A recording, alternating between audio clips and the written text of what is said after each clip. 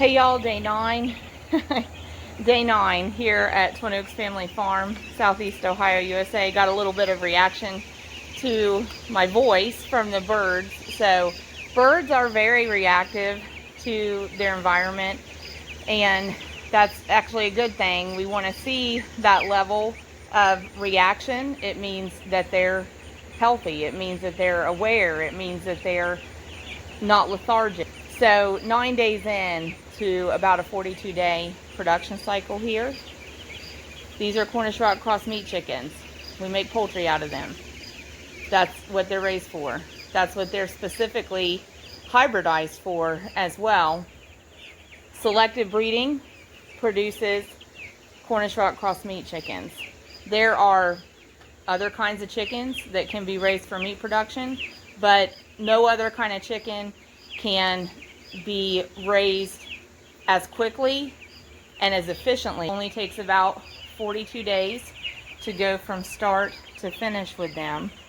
They grow so fast and they convert feed to meat efficiently, and they distribute the meat into the chicken breast, the drumsticks, and the thighs.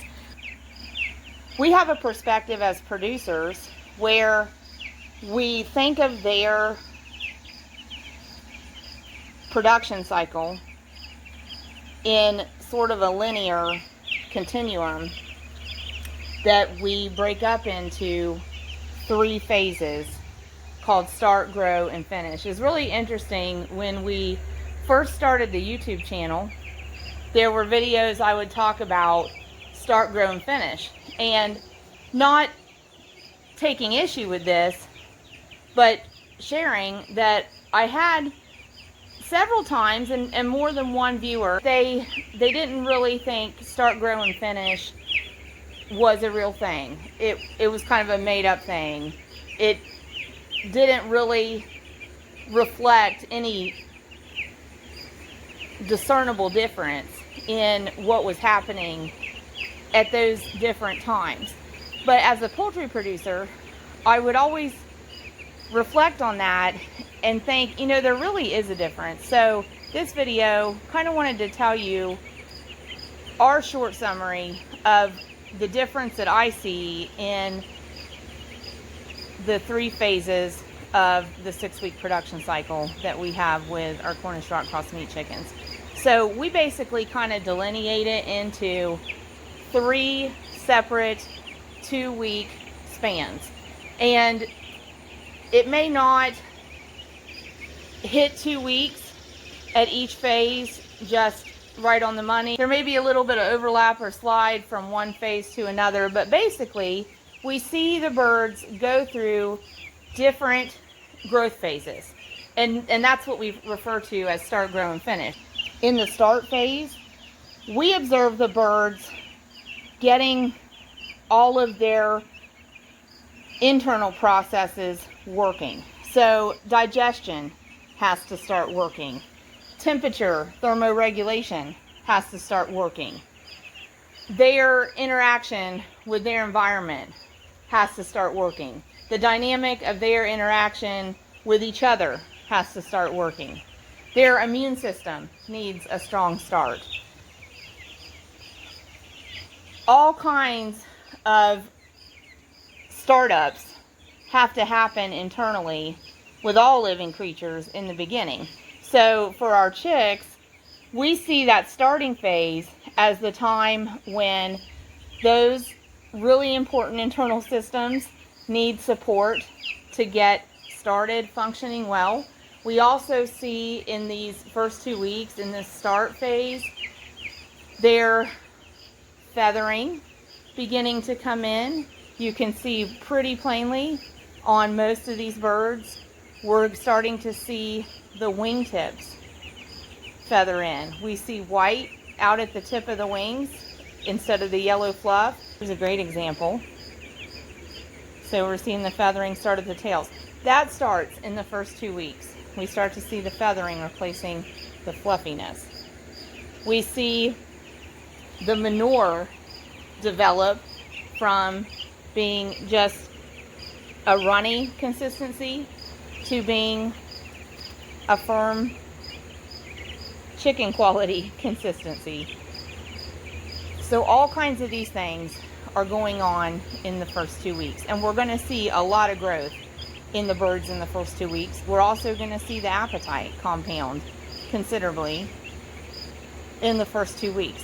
So usually these baby bird feeders and baby bird waters that we use in the beginning, that will usually get us through the first 2 weeks. Sometimes we're ready to be out of them in about 10 days. But most of the time, 10 to 14 days is the span that we use those feeders and waters. So in this start phase, in the first 2 weeks, we see the birds need ambient temperatures at 95 degrees Fahrenheit on day 1, and then around 90 degrees Fahrenheit on day 7, and then around 85 degrees Fahrenheit on day 14. And in between, they're just working their way down that temperature continuum of the ambient condition that they really want in their environment.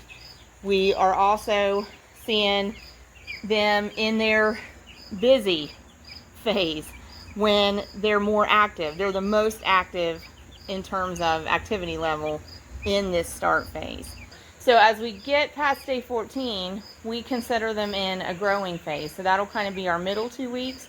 In the middle 2 weeks, the main thing that we see happening is, I say, their frame size or their skeletal structure is growing. And so in their middle 2 weeks, we want to see them get as much growth in that bone structure as possible, because after that, they're going to be putting most of their energy into converting feed into meat.